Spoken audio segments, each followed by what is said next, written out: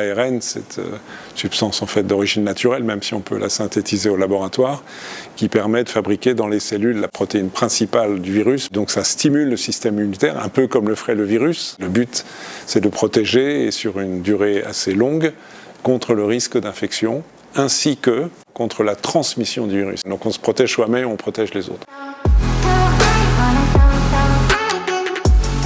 L'immunité est induite de façon optimale avec 2 doses de vaccin. Pour les vaccins ARN, en gros, ça se situe entre 3 et 6-7 semaines. Alors à quel moment là-dedans on commence à être protégé? Il faut 15 jours à 3 semaines après la première dose pour que commencent à se développer les anticorps et la réponse immunitaire. Donc il faut faire attention parce qu'on peut tomber malade. Passé 15 jours, 3 semaines, la protection apparaît, augmente et devient optimale à peu près 8-10 jours après la seconde dose.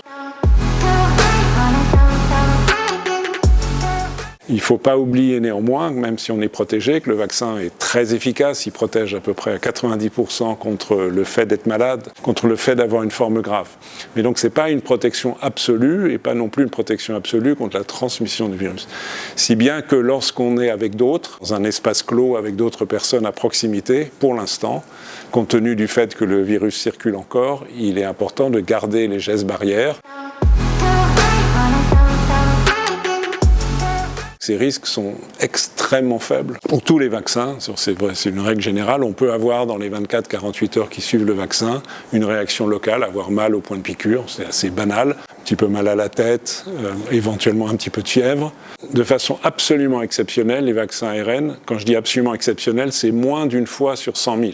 Peut développer ce qu'on appelle un choc anaphylactique. Le risque que cela survienne chez quelqu'un qui n'a aucun antécédent de ce type, et c'est encore 1 sur 1 million.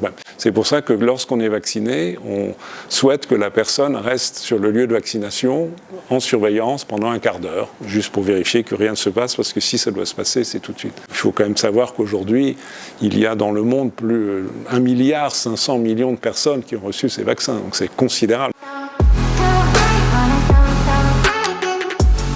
Même si ces vaccins ont été développés rapidement, ce qui est juste une prouesse scientifique, ils l'ont été en respectant absolument toutes les règles de développement d'un vaccin ou d'un médicament, c'est-à-dire une production extrêmement soigneuse et très contrôlée du produit, des tests faits dans différents modèles animaux pour s'assurer qu'ils ne provoquent pas d'effets secondaires et qu'ils sont efficaces, et puis des essais chez l'homme qui sont faits de façon aussi très très contrôlée. On étudie l'efficacité et la sécurité. Donc ça, c'est déjà une garantie très importante.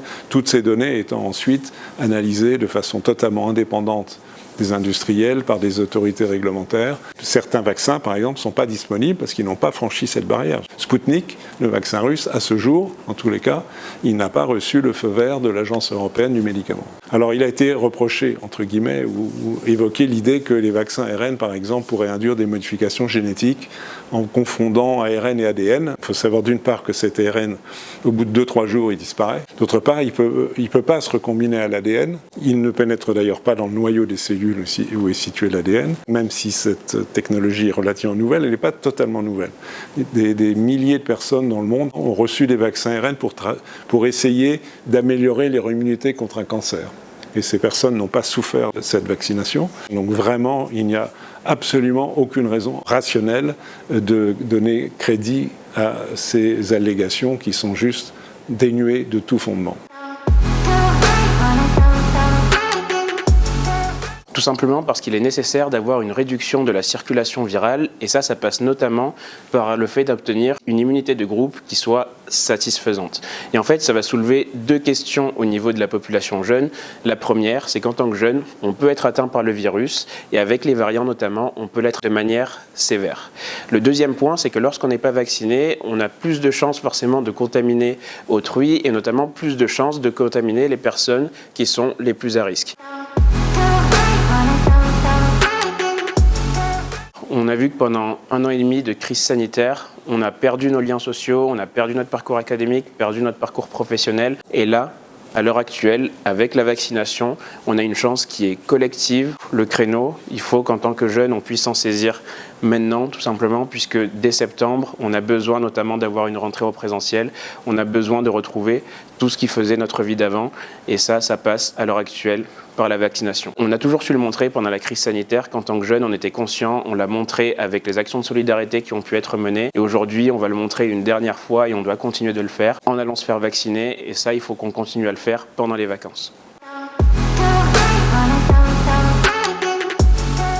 L'idéal est de se faire vacciner sur son lieu de résidence, mais il sera toujours possible de le faire lors d'un déplacement dans le cadre des vacances. Toujours est-il qu'il y a entre 21 et 49 jours pour effectuer la seconde dose, et il faut bien avoir à l'esprit qu'on aura un rendez-vous qui nous est donné automatiquement sur le lieu de la première dose. Donc, il sera nécessaire de tenir compte de cet intervalle pour savoir où est-ce que l'on se situera lorsqu'il sera temps de faire la deuxième injection. Il y a également des plateformes qui permettent de prendre des rendez-vous, notamment santé.fr.